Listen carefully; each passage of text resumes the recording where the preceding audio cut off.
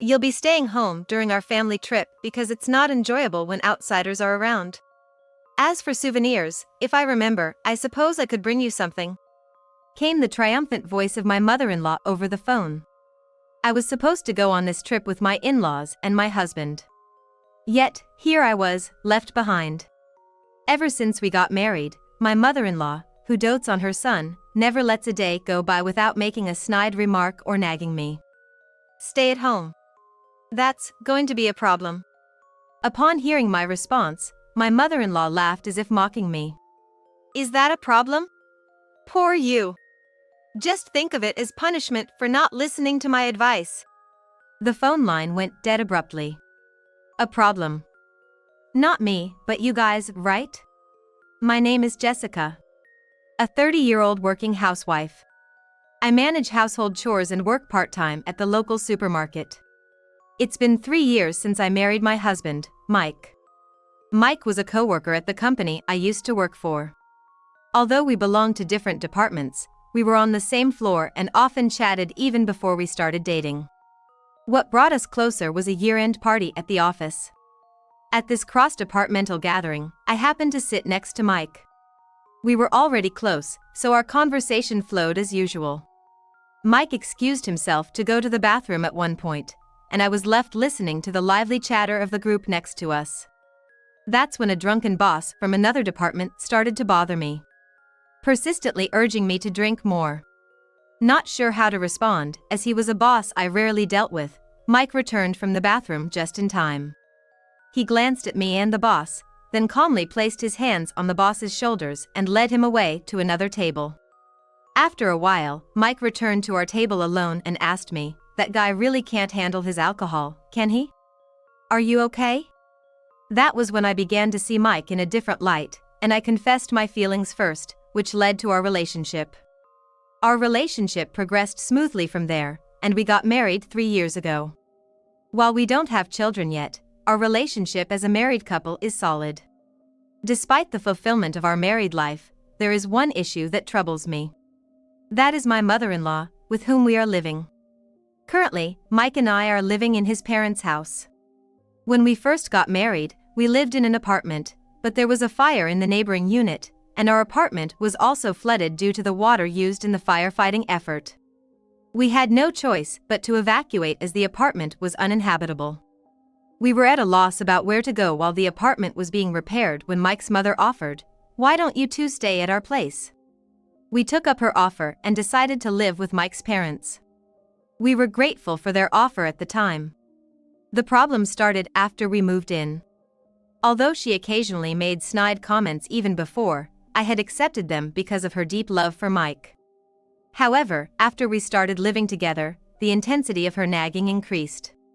For instance, one weekend. It happened as I was enjoying a cup of coffee in the living room after finishing all the housework. My mother-in-law, who had been out, came home and immediately started bustling about the house. Then she came up to me and said, "Jessica, your cleaning is too sloppy. You need to spend more time on it and put some gratitude into it for your hardworking husband.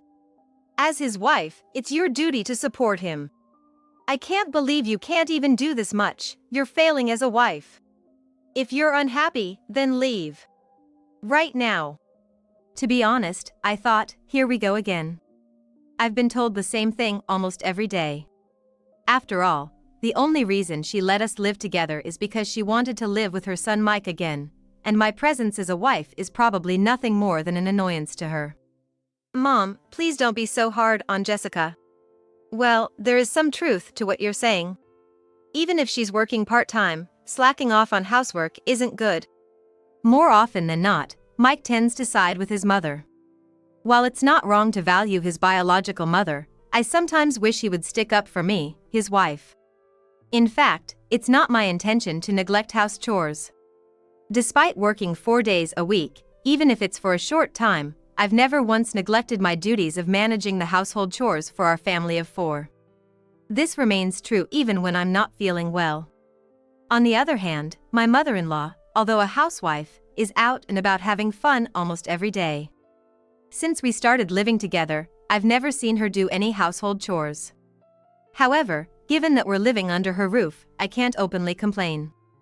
In this awkward environment, I just kept my patience.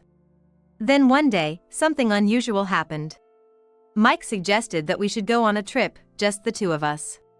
Why don't we go to a spa resort next month? The busy season has ended, and I have to take some annual leave.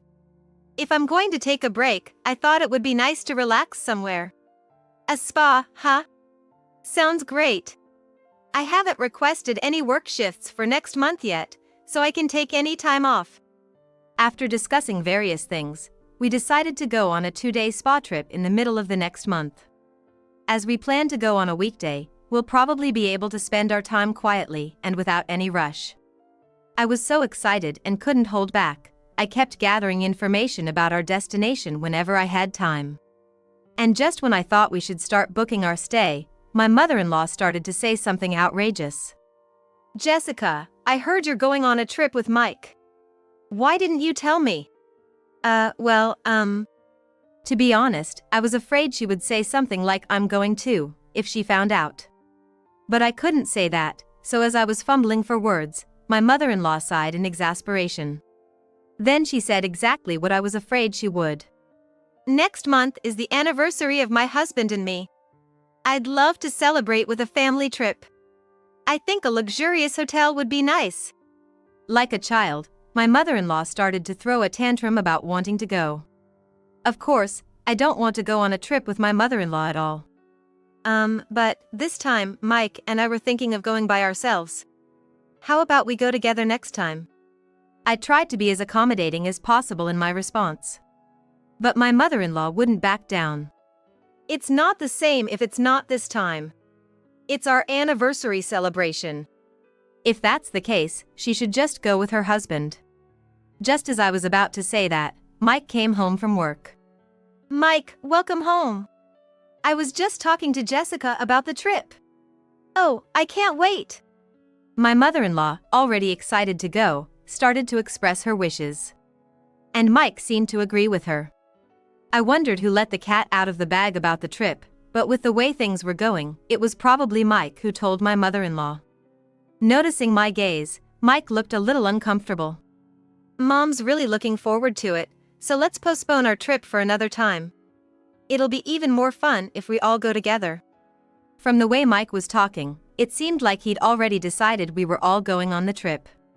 Then my father-in-law joined in, saying, "A vacation, huh? Sounds like fun." With that, it became impossible for me to refuse going on this trip with the four of us. Alright, next time, it's just gonna be the two of us, promise. Although reluctant, I agreed, and Mike gave me a look of relief. I wasn't quite satisfied, but there was nothing I could do about it at this point. At the very least, I decided I would be the one to choose the sightseeing spots we wanted to visit and the local dishes we wanted to eat, so I took on the task of making all the hotel reservations and planning the sightseeing schedule. My mother-in-law dislikes making such preparations, so my suggestions went through without a hitch. Then came the day of the trip. I had packed everything like clothes in my suitcase the day before, so the plan was to get up an hour before departure, have a leisurely breakfast, and then leave the house. I woke up to the sound of my alarm clock and stretched out on the spot. Mike? I then realized that Mike, who should have been sleeping next to me, was not there. Thinking that he might have already gotten up and started preparing, I headed for the living room. But Mike was not in the living room. Not in the bathroom, kitchen, or the front door either.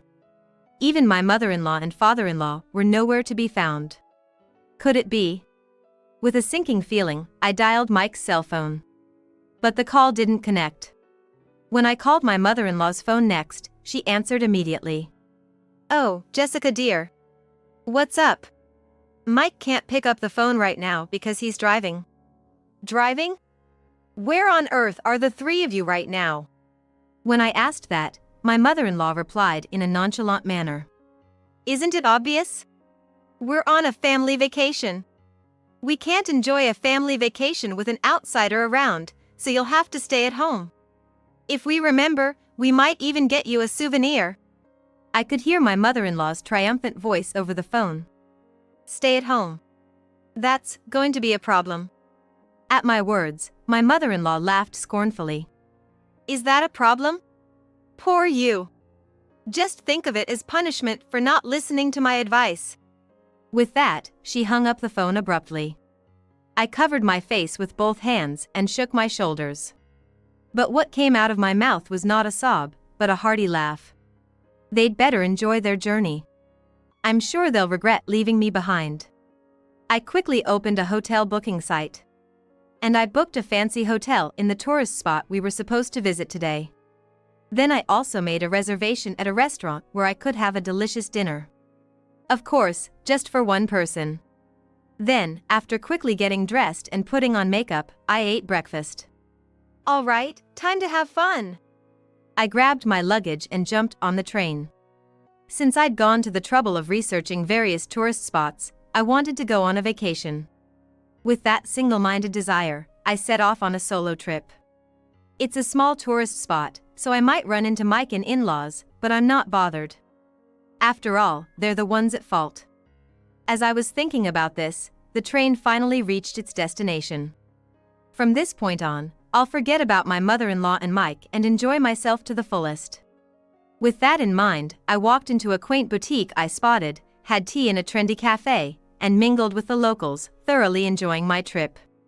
And as the day turned into night, it was finally time to check in.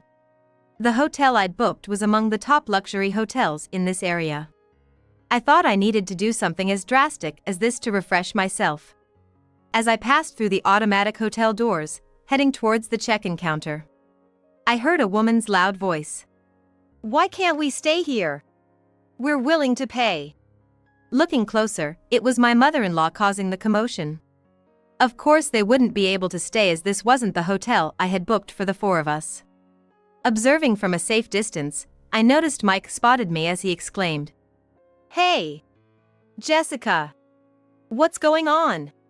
We couldn't stay at the hotel you had booked, so we had to find another hotel, and they're full. As he approached me aggressively, my mother-in-law did the same. Her face was turning beet red with anger. Well, that's expected. After all, they won't hand over the keys unless the person who made the reservation is present. It's a security measure. I did warn you, didn't I? At this point, they finally seemed to realize their foolishness, exchanging glances in utter disbelief. Just as they were about to create more ruckus, several hotel staff members rushed over. The sight of my mother-in-law being gently but firmly escorted out of the hotel was quite comical. Remember this. We will stay in a place far more luxurious than this hotel. Feeling somewhat relieved, I decided to check into the hotel, leaving my accommodation-less mother-in-law and Mike behind. After completing the check-in process, I was escorted to my room. With its clean decor and luxurious interior, I felt as though I was in a dream. Once I put down my luggage, I decided to explore the hotel. After strolling around the hotel for a while, I returned to the check-in lobby. Guests keep coming in. I sat on the sofa in the lobby and was spaced out for a while when a pair of young women sat next to me. The two were excited, exchanging their impressions of the hotel. And they started to talk about something interesting. Hey, do you know? It's about the hotel near the station. There's a very bad rumor about it.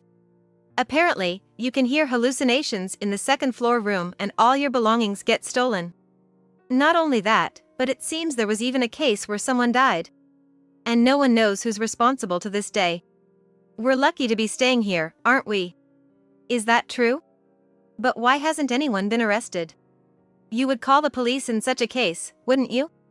Well, there are rumors that the hotel staff are in on it too. So scary. What a dangerous story. When I casually looked at the time, it was almost time for my dinner reservation. I stood up in a hurry and rushed to the restaurant.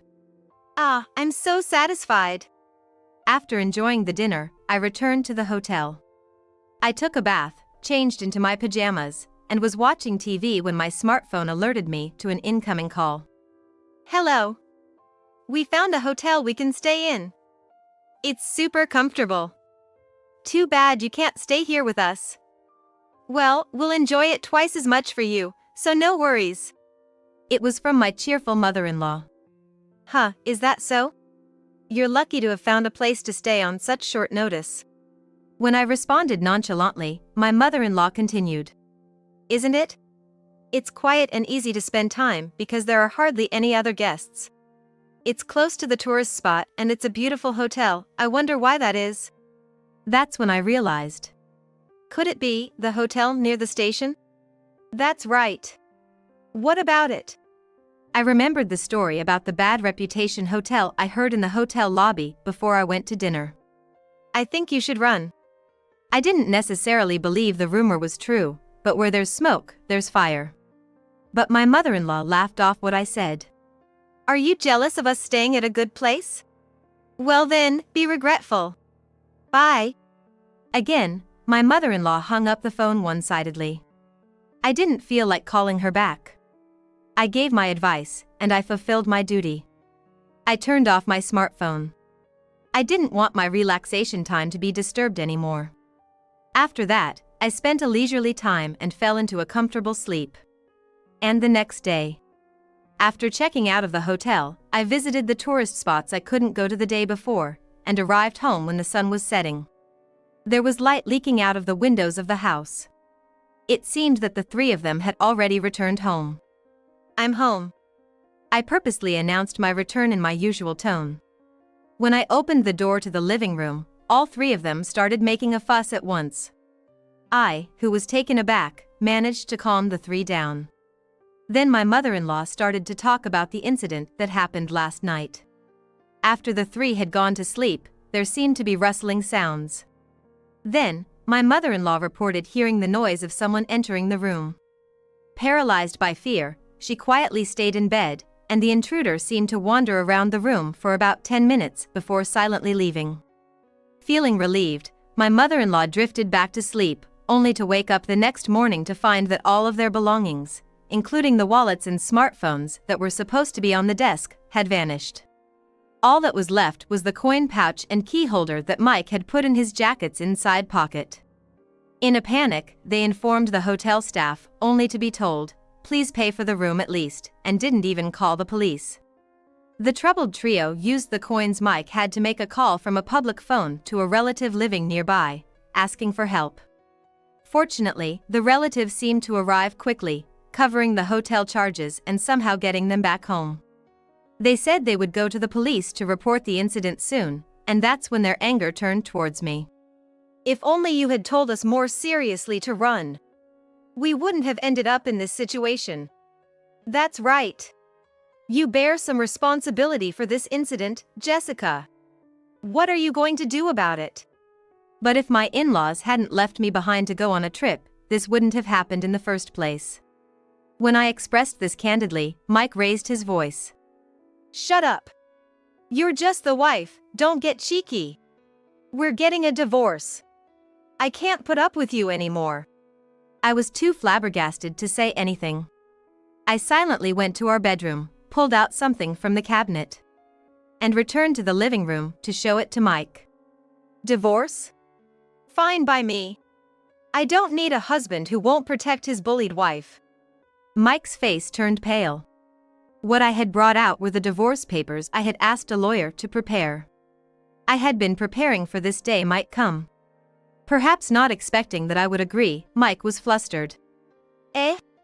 No, maybe we should think about it a little more.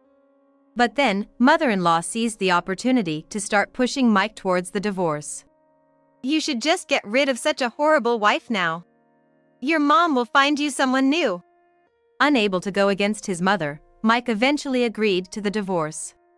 Well then, goodbye. Please enjoy your life with your beloved family. I ignored Mike, who was breaking down on the spot, and walked out of the house. Later, through my lawyer, I submitted the divorce papers, and the divorce was successfully finalized. Several times after that, Mike pathetically begged me to get back together, but of course, I ignored all of them. I'm going to protect Jessica from now on, he said, but it was too late. On the other hand, mother-in-law, who had managed to get rid of the pesky me, seemed to be in high spirits for a while, but that didn't last long. The news of the divorce and the end of their cohabitation spread in the neighborhood, and the rumor-loving people traced it back to her harassment of me, exposing her nasty character. She started getting pointed at from people around her, and it seemed that finding a new wife for Mike was no longer a priority. I returned to my hometown and managed to find a new job thanks to a friend's introduction. I've had enough of marriage for now. I think I'm going to enjoy being single for a while.